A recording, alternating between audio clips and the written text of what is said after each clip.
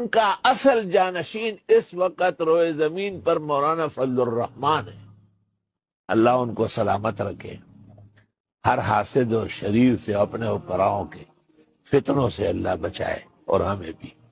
کروڑوں عمران خانوں کو فضل الرحمان کے جوتے پہ قربان کر، سمجھے؟ کروڑوں زرداری، کوئی زوری مجھے منوا سکتا ہے، اپنے حکومت میں جیل میں ٹھوس سکتا ہے، لیکن یہ نہیں ہو سکتا کہ میرے دل سے علماء کی محبت نکالے، سمجھے؟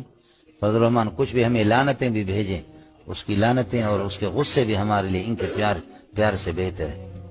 نہ زانی ہے، نہ شرابی ہے، نہ اللہ کا بھلا کرے کوئی اس نے چوری کی ہے۔ سیاست کا مسئلہ ہو، پھر جمعیت علماء اسلام کو سربراہ مانو، پھر مولانا کو امام مانو، ہر ایک کا میدان اپنا ہے۔ ہم جمعیت والوں کو نہیں کہیں گے تم دعوت تبلیغ کے معاملات میں دخل دو، ہم ان کو نہیں کہیں گے تم وفاق کے نصاب۔ رب شکر گزار کہ دومره لوی عظیم شخصیت او دی وخت کې چې د دوی کم کار رانیولې دی او د امت مسلمه د دفاع دپاره او د اسلام او حقانی اسلام د دفاع دپاره چې دی کم کار شروع کړی دی، او یو لوی طاغوتي طاقتونو سره چې هغه یهود دي، هنود دي، او بالخصوص دلته کې چې کم اغیار زمونږ په دې ملک کې کم باطل سوچ لري، باطل فکر لري، د هغې دپاره په میدان کې ډټ کر یو عظیم مجاہد و عظیم ہستی نن قائد جمعیت تھے۔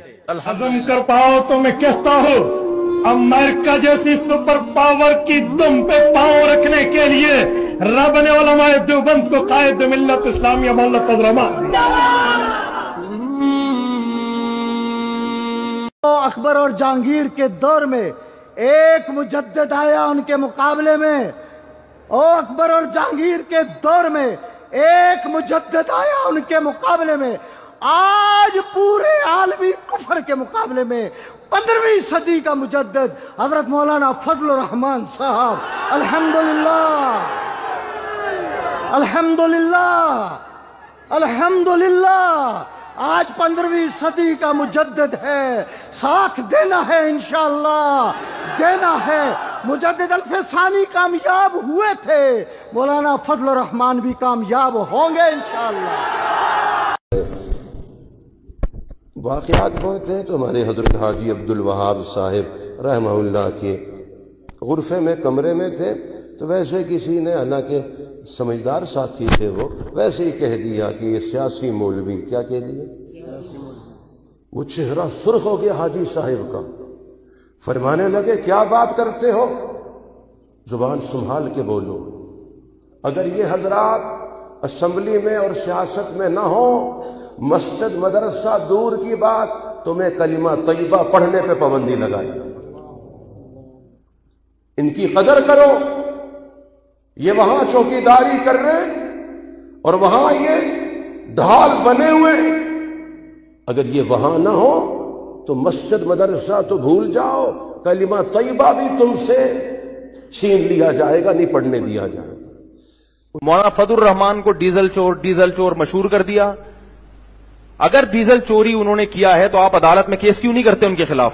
ایک آدمی بھی کیس کرنے کے لیے تیار نہیں ہے، اس کا مطلب ہے کہ جھوٹ بولتے ہو۔ ڈیزل، میں یہ بھی بتا دوں، میں نہیں کہہ رہا کہ مولانا فضل الرحمان کو ووٹ دیں، نہ میں یہ کہہ رہا ہوں کہ میں نے ان کو ووٹ دیا ہے، میں نے کس کو دیا، کس کو دوں گا یا کس کو دینا چاہیے تو میں بتاؤں گا ہی نہیں، لیکن ڈیزل چوری کا الزام لگانے سے پہلے یہ سوچ لو کہ کل قیامت کے دن تمہیں اس کا حساب، بولو بھائی، دینا پڑے گا۔ سمجھ رہے ہو؟ یہ نہیں کہ ان السمع والبصر والفؤاد کل اولئک کان عنہ مسئولا۔ اللہ کہتے ہیں تم جو کچھ بول رہے ہو، سن رہے ہو، دیکھ رہے ہو، کل قیامت کے دن تم کو اس کا حساب دینا پڑے گا۔ تو ایک لفظ زبان پہ چڑھا ہوا ہے، ڈیزل ملا، ڈیزل ملا، ڈیزل، ایسے بولتے رہتے۔ آپ ان سے اختلاف کریں، ہمیں بھی اختلافات ہیں، ہر سیاسی تنظیم سے ہمیں اختلاف بھی ہیں کچھ چیزوں میں، ہم لوگوں میں چونکہ شعور ہی نہیں ہے۔